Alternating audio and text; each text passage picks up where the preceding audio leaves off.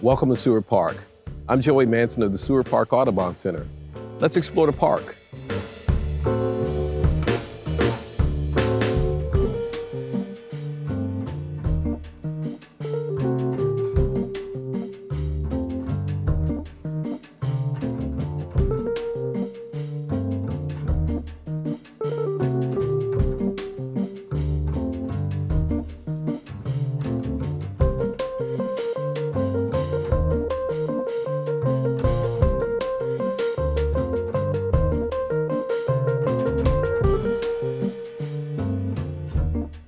Originally home to the Puget Sound Salish, the indigenous people who lived on Lake Washington referred to the lake as Hachu and called themselves the Lake People. In their Lushootseed language, their name for the peninsula that now forms Seward Park was Skabuxed. The English translation for Skabuxed is, "it has a fat nose," which is an apt and fitting name for this beautiful forested peninsula that is shaped like a fat nose. The word we use for nose is buxed.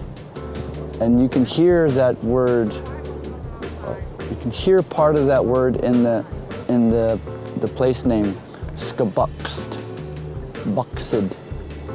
So that explains, kind of gives you an idea of how in Lushootseed, our ancestors, when they used place names, would typically use words that described the landform.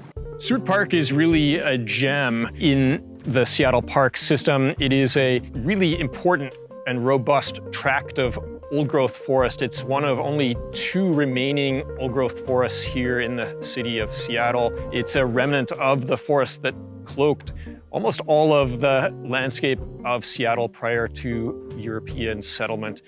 And it is a place where you can come and experience old-growth trees. These are the oldest living organisms in the city of Seattle. We not only value Seward Park for those textbook values that we think about when it comes to forests, like carbon sequestration or wildlife habitat.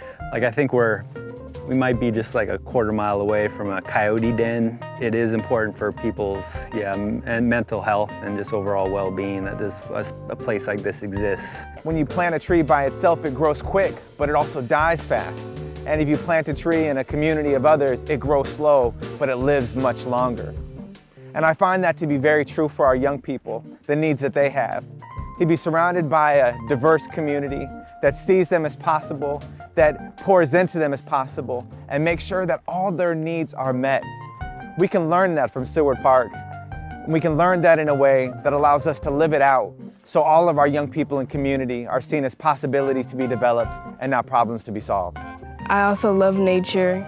I was always into nature. I was always into bugs, just being outside with the trees. Just being out here with all the trees is just amazing, and it's an amazing experience, and don't ever forget it. Since gaining official park status in 1911, Seward Park has been a haven for nature, beauty, and spiritual renewal in the midst of a booming metropolis. Yet this beautiful, rare, old-growth forest in the city is experiencing the impacts of human activity and climate change. Dominant plant species are dying, and ecological relationships are fraying. These losses can present an opportunity. Their study, comprehension, and the possible discovery of remedies will benefit not only this park, Seattle's crown jewel, but regional forests as well. Something was wrong with the sword ferns, and I could not figure it out. It was just that there was a sense that something had gone wrong. So I came back, I think, every day that week, and finally could describe what it was that I was seeing, which was that it looked as if the ferns had become to look like they do after a snowfall, where they're crushed. The ferns were up to my waist, all the way around here. And you can see some of the survivors here and here. But for years, it was dead.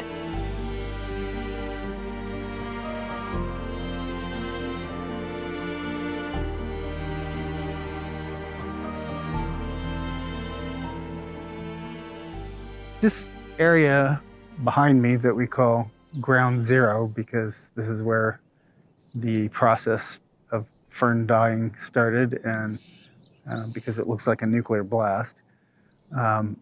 This entire area was solid with sword ferns. Behind me here you can see nice lush sword ferns that are like pretty solid uniform sword ferns. This is what ground zero used to look like. But as we just come down the trail a little bit, you can start to see that there are ferns that look pale in color, like they're losing their color, and then they turn brown.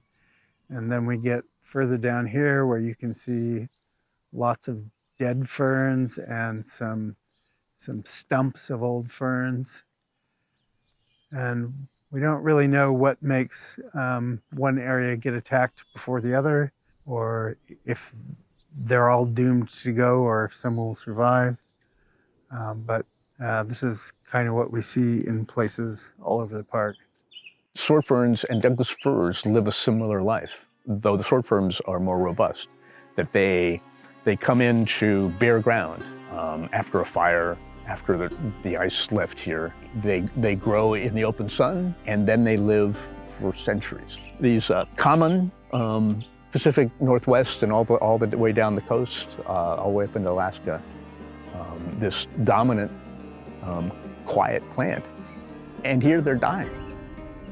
These urban forests really are on the front lines of so much stress, ecological stress brought about by all of the impacts that human beings have on the world. We thought originally that this sword fern die-off phenomenon was restricted to Seward Park. It turns out that whether or not it originated in Seward Park, was first noticed here, we've been discovering it in more and more places throughout the region, including in some forests and on the edges of some forests that we thought were less susceptible to these kinds of issues. The more we understand here from our urban research, the more we can start mitigating these kinds of issues, and in this case, the sword fern die-off, as it begins to affect more wild landscapes. You have to start with a hypothesis. And the hypothesis is that it is a pathogen, and in any case, the damn sword fern is dying. One of the most important opportunities they have is to pursue this question of what's causing the mortality of the sword fern. And the sword fern is a really, really important understory species throughout the Douglas fir region.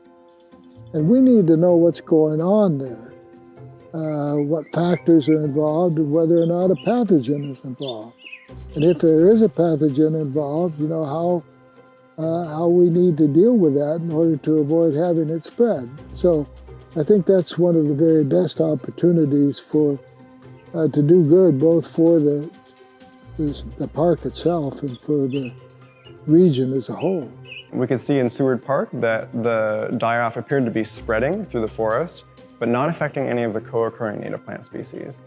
So this was a good indicator that the blight was in fact caused by a pathogen, because abiotic processes don't tend to travel through the forest in that manner. I work on plant pathogens, mainly root disease pathogens, and those Phytophthora that are waterborne. So the Seward Park situation was interesting to me because it behaves just like a soil-borne root-infecting plant pathogen, like Phytophthora. So we took samples, didn't find anything, which was very concerning. We expected to find something there. Eutrix filicum, when you read about it, at least they are associated with ferns. Typically count anywhere from, let's say, 5 up to 28 in half an hour. And that's what I was doing, half an hour blocks of time. And I had an idea that when I was counting the leaf hoppers, I would generally find more associated with areas that were being impacted by the pathogen. We decided to test a competing hypothesis that drought is actually what's causing the sword fern blight. So we conducted a field study in partnership with Friends of Seward Park, in which we compared the foliar moisture content of symptomatic and healthy sword ferns in Seward Park with the soil moisture content. This is during the height of our drought season, when you might expect effects from drought stress to be strongest. So what we found was there is significantly lower foliar moisture content in the symptomatic sword ferns. Something is causing them to wither away, but it's not for lack of soil moisture. We found no significant differences in the amount of water in the soil between areas with symptomatic ferns or healthy ferns. That suggests that drought stress is not the primary cause of the sword fern blight. Paul provided the first preliminary evidence that the blight is probably caused by a pathogen in a pilot study he did. What I did was I plucked about a dozen fronds from the forest. 6 of them were healthy, from healthy plants, still thriving. 6 of them were from diseased plants, so they were the affected fronds. Brought them home, cleaned out 6 beer bottles, filled them with tap water, and I stuck different pairings of the fronds into different bottles. Half of the bottles had a healthy pair, and the other half of the bottles had a healthy paired with an affected frond. And I watched them over 3 weeks. I photographed them along the way to keep a record. We got a result, somewhat to my surprise. We found that there was, in the bottles that were a pairing of a healthy frond and a diseased frond, after 3 weeks, the healthy frond looked pretty much like the diseased frond. Meanwhile, in the healthy pairings in those bottles, the healthy fronds had wilted a little bit, as you might expect after 3 weeks in a beer bottle, but they were distinctly different from the affected healthy pairings. This suggested that there may be a waterborne pathogen that had moved from the affected frond to the healthy one. So what I'd like to see us do is sample these plants, maybe some fronds that are starting to show dieback symptoms and some healthy ones, and do the next generation sequencing where we extract DNA and sequence everything in that sample and see if there's any differences between the microbiome of the healthy fronds and the diseased fronds. I think that should be our next step. As far as doing the DNA sequencing, if there was funding, we could do that in our lab. So funding is a big issue, and that we need help to preserve our forests and meadows so the plants here can survive and adapt, and when they can't, we can figure out what we can do as the human species to best help them and not create more problems by interfering in a way that, for lack of research, may cause more harm than good. And it represents to me a great opportunity of, you have the habitat here in place, you've got a major educational institution with people that are involved in environmental science, you have caring and concerned citizens that live right around and right next to the park. You've got everything you need to help learn about, study, and preserve areas like Seward Park. But those need help and support. Help in the form of grants, in the form of donations, in the form of people giving either their treasure financially or giving of their time, their effort, like the volunteers that come here and work in the park.